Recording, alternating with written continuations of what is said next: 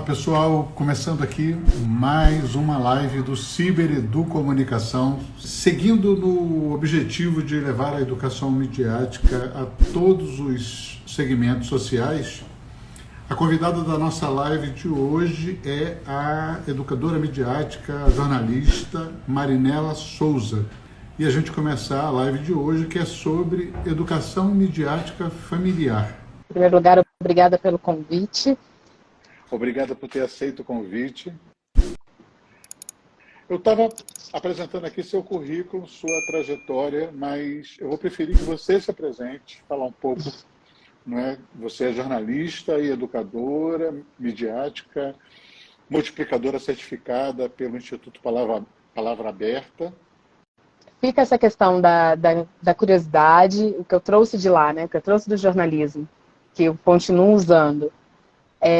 A curiosidade, a vontade de buscar mais informações e trazer mais informações também, e fazer as pessoas entenderem essa engrenagem. Acho que o fato de eu já ter vivenciado isso de todas as formas, tanto produzindo conteúdo, produzindo reportagens, como ajudando como assessora de imprensa, eu acho que deixa esse aprendizado da educação midiática mais fácil, porque a gente precisa, as pessoas têm muito desconhecimento do que é a engrenagem do jornalismo, de como essa roda gira.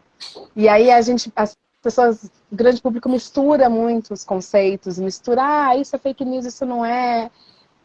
Tem essa confusão. Então, a minha bagagem me ajuda a fazer as pessoas entenderem que não é bem assim. Que uma coisa é uma coisa, outra coisa é outra coisa. A fake news, a erro jornalístico, são coisas distintas. Aqui no canal, no Cibereducomunicação, eu tenho como princípio simplificar, não é?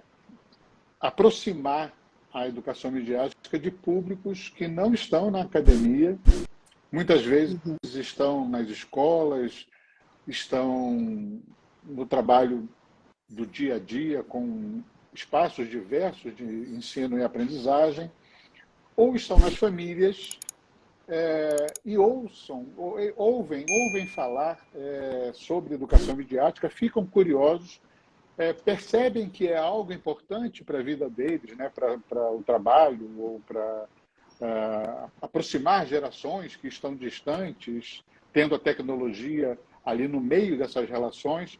Então, tem um princípio de simplificar aquilo que nós desenvolvemos enquanto pesquisa acadêmica, ou até como um projeto individual ou em grupo. Mas, dito isso, eu sei que você tem um trabalho já há algum tempo para ajudar pais e mães a lidarem com seus filhos no ambiente familiar.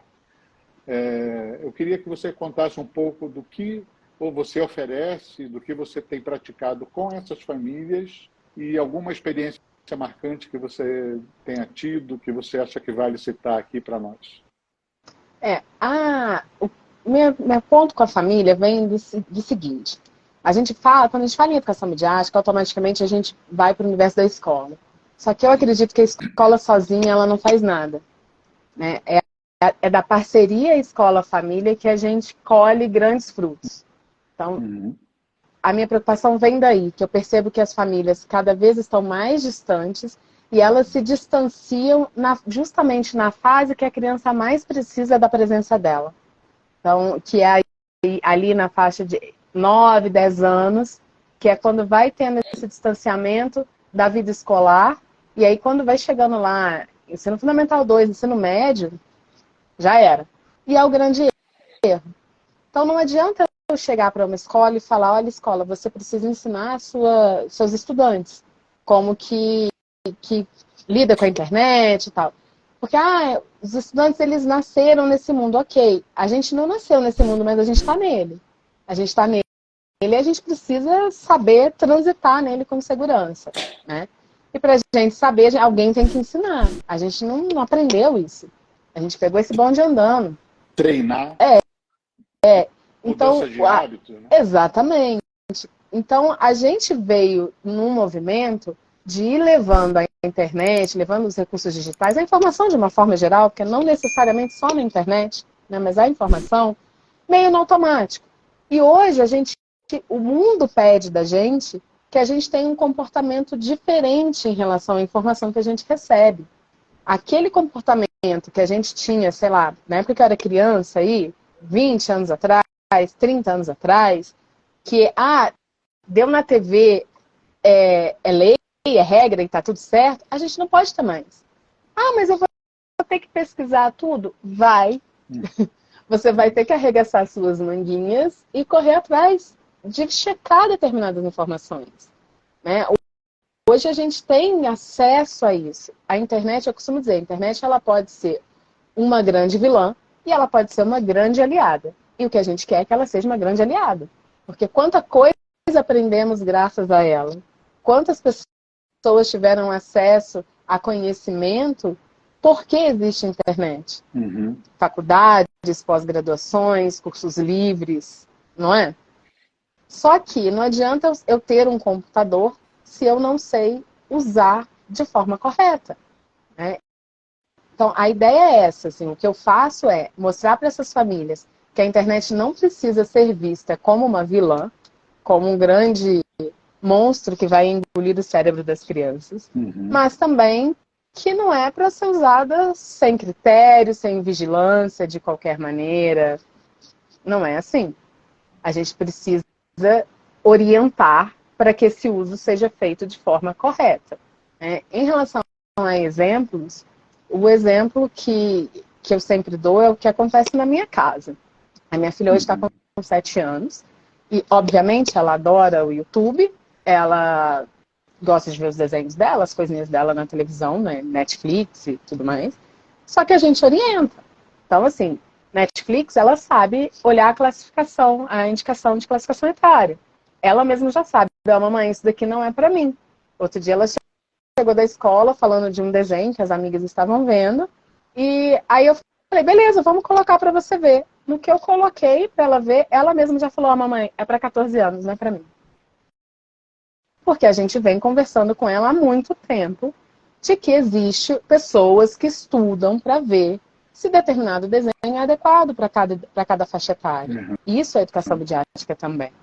A gente conversa sempre. Outro dia, eu conversei com ela sobre publicidade. Para que existe publicidade? Qual que é a função disso?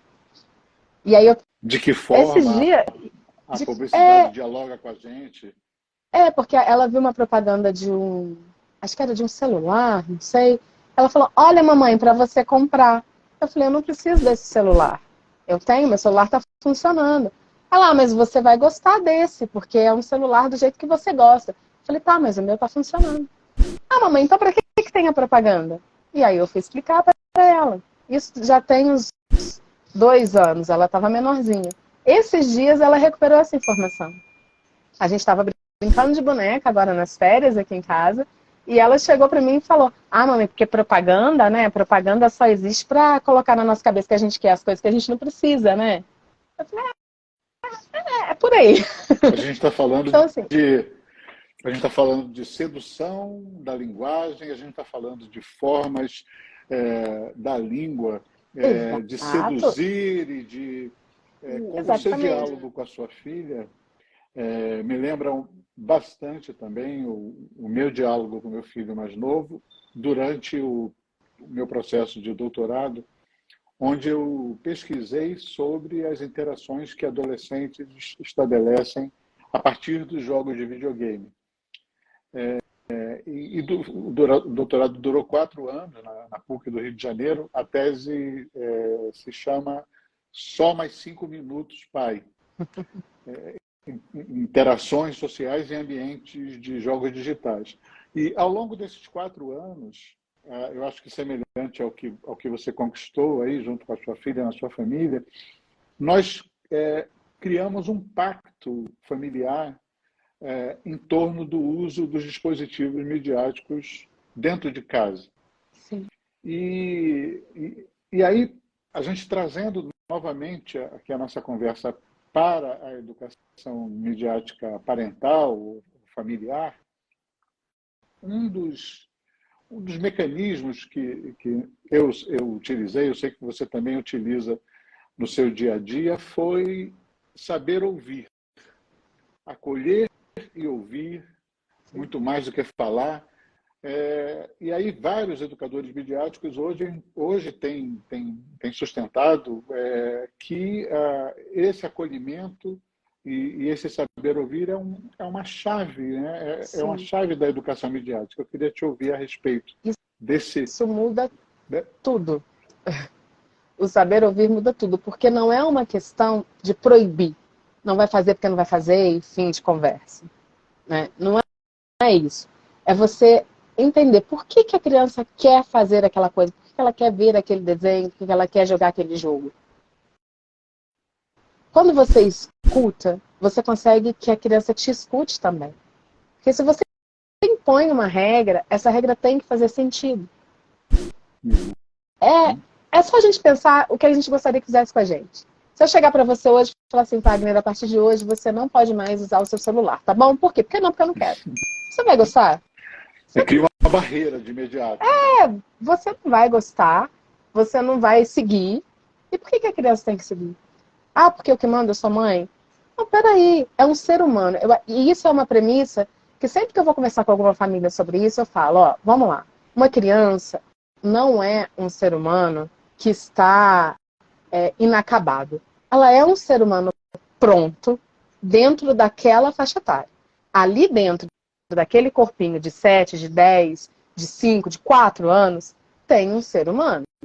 Tem vontades, tem saberes, tem coisas que eles sabem que a gente não sabe. A pureza deles ensina muita coisa pra gente, que a gente já esqueceu. Tem medo, tem cansaço, tem uma vontade de querer ganhar a discussão. Quem não quer ganhar uma discussão? É um ser humano. Então, começa por aí. Começa entendendo isso.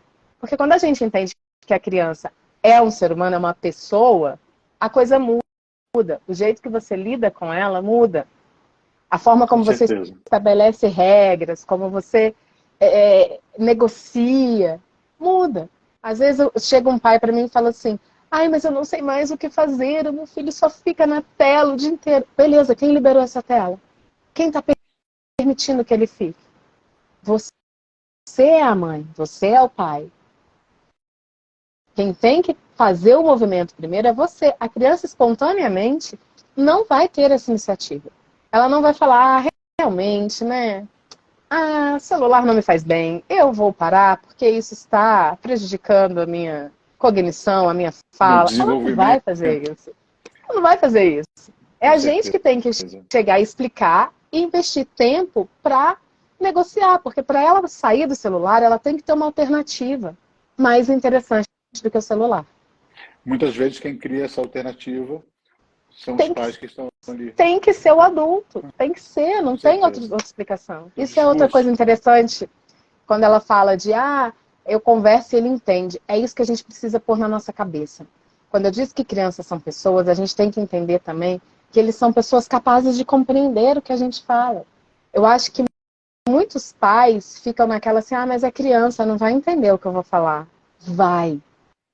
Se você explicar com uma linguagem simples que ele acompanhe, vai entender. Uhum. A gente subestima o poder das crianças.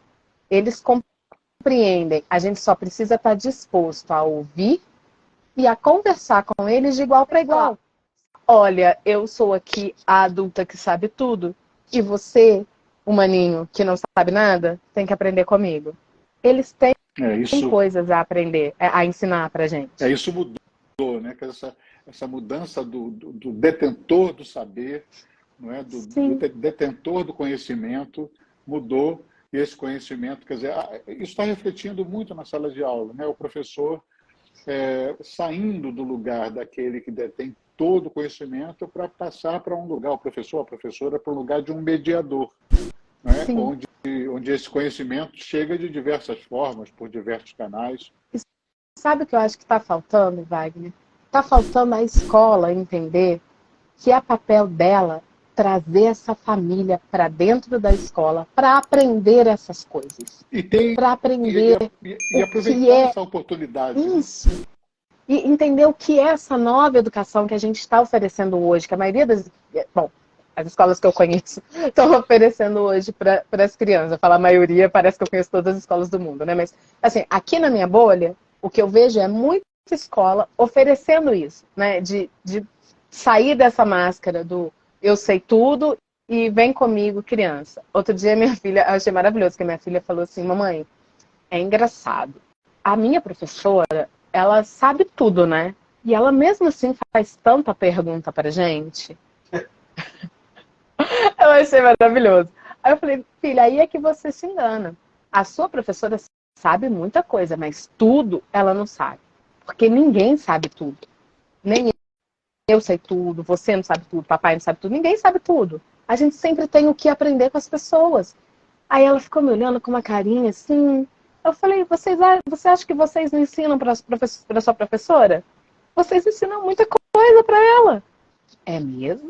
Eu falei, filha, e graças a Deus que a sua professora faz pergunta, que ela continue assim, perguntando o tempo todo, porque ela precisa saber o que vocês sabem, para ela saber o que ela vai ensinar para vocês. Ou Com como ela certeza. vai ensinar para vocês. Dessa forma, a gente também chega até um entendimento de que a educação está na vida, né? E não apenas Sim. nos momentos que a gente estabelece para aprender e ensinar, educar e ser educado. Eu queria fazer uma questão partindo de um conceito de que a informação ela nos alcança a todo instante, pensando na educação como vida. E acontece que ela, nos últimos tempos, ela vem se transformando num território instável, como diz o professor Muniz Sodré. Uhum. Um território que a gente caminha sobre ele, repleto de ameaças e armadilhas, como o discurso de ódio, fake news, conceitos de pós-verdade, esse tipo de coisa, que tenta ressignificar, né, o mundo da vida. Como preparar crianças e jovens para transitarem nessa areia movediça sem que eles sejam engolidos pela desinformação que nos alcança todos os dias? Eu adoro essa metáfora do professor Muniz Sodré, porque eu costumo brincar, eu uso ela para brincar que a educação midiática ela seria como um exercício de pilates ou uma musculação para esse novo momento que a gente está vivendo. Ela que vai dar solidez, sabe? Vai dar aquele fortalecimento de musculatura que a gente precisa para andar nesse terreno com firmeza. Porque o terreno vai seguir instável. É a gente que tem que ter a habilidade de transitar nele. Então, a gente precisa saber onde buscar nossas informações. A gente precisa separar, aprender a separar o que é discurso de ódio, o que é liberdade de expressão, porque existe essa confusão que está mudando tudo, está transformando a internet, que era para ser um lugar incrível, num ringue. E esse ringue está chegando nas famílias, nas amizades, nas relações próximas, né? Tá transformando tudo num caos. Porque liberdade de expressão não é, nem nunca foi, nem nunca será poder falar qualquer coisa, de qualquer jeito, sem critério, porque você está na internet escondido num suposto anonimato. Não é. Né? A liberdade de expressão, ela é uma questão de você trazer informação. E informação é diferente de mentira. É diferente de coisa que você tirou de trás da orelha porque você resolveu que era assim. Quando a gente traz informação, a gente tem que trazer fonte. A gente tem que provar de onde essa informação está saindo. Isso tem que ser comigo, que sou jornalista, e tem que ser com qualquer pessoa. Uma coisa é dizer, a minha opinião é essa, beleza, mas a sua opinião está ferindo alguém? Ela está agredindo alguém? Porque quando agride, não é opinião. Quando violenta, não é opinião. Porque a violência não está só em lá, em bater em alguém. Não está. Palavra fere mais do que um tapa, muitas vezes. Então a gente tem que ter cuidado. O mesmo cuidado que a gente tem no mundo real, a gente tem que ter no digital. Então a gente tem que saber, é isso que a educação midiática faz. Ela te ensina o que é uma coisa e o que é outra. ela te mostra que, ó, essa informação aqui está com toda a cara de mentira, porque tem todo um recurso ali, é excesso de exclamação, é um tom emocional, alarmista, sensacionalista, que fica óbvio para a gente que está acostumada a lidar com isso, fica óbvio, mas para uma pessoa que não é do meio, que não está acostumada, talvez não fique tão óbvio assim, porque a informação chega sem fonte, você não sabe se aquela pessoa que está ali existe ou não, você não tem como checar. Entende? Só que as pessoas, a vida está tão corrida, as pessoas querem a informação já mastigada e pronta, como era antes, porque antes a gente não tinha como correr atrás. Se uma pessoa lá no Jornal Nacional falasse uma mentira pra gente, a gente não ia ter como provar que era uma mentira. Você está falando de princípios do jornalismo aplicáveis em sala de aula. Sim. Então, você está trazendo aí algumas técnicas que você traz do jornalismo e que são completamente necessárias, aplicáveis, factíveis para um ambiente de sala de aula. E algumas dessas técnicas vão permitir identificar, por exemplo, o que é uma fake news. Sim. E, como você disse, a correria da vida nos impede que façamos isso a cada conteúdo que nós acessamos. Por exemplo, no WhatsApp da família, aquele videozinho que chega ali com aquela musiquinha ou chega com um apelo emocional. E aí não dá tempo e nós nos permitimos nos envolver com aquele conteúdo e muitas vezes compartilhamos sem checar. No entanto, se algumas dessas vezes, por exemplo, no ambiente escolar, dentro de uma disciplina na escola, nós treinarmos esse fact-checking, né? Essa checagem de informações, é possível virar uma chave Sim. que faça a gente pensar na importância de checar a informação quando nós estivermos naquele turbilhão de coisas que é o cotidiano. O recado que eu queria deixar para as famílias é: envolvam-se com a escola. Cheguem junto, mas não é chegar junto brigando, é na parceria. Porque o objetivo é um só, a escola tem o mesmo objetivo que você, que é desenvolver o seu filho, é ver seu filho bem, crescendo saudável, com conhecimento de qualidade. É isso. A escola não é inimiga, a escola é aliada. E se a escola está sendo sua inimiga, troca de escola. É porque alguma coisa está errada. E mais do que isso, conheça teu filho com profundidade. O que eu falei para professor serve para pai e mãe também. Muitas vezes, especialmente os pais e mães de adolescentes, não conhecem o suficiente. Mergulha fundo. Pergunta: quem que você está vendo? Siga os mesmos influenciadores, entenda o que eles estão falando. Descubra por que essa mensagem bate tanto profundo no teu filho, por que ele gosta tanto daquilo. Entenda o seu filho. Isso vai mudar completamente a relação de vocês. Vai melhorar, fatalmente vai melhorar o desempenho dele na escola. Criança que tem o envolvimento de pai e mãe na escola desenvolve melhor, desempenha melhor. Super, adorei. Show, fantástico. Eu quero pegar novamente aqui uma deixa da jornalista Marinela Souza e dizer o seguinte: mães e pais, professores e professoras que estão aqui assistindo ou que assistirem esse vídeo depois, compartilhem esse vídeo com as suas escolas, com os gestores das escolas onde seus filhos e filhas estudam.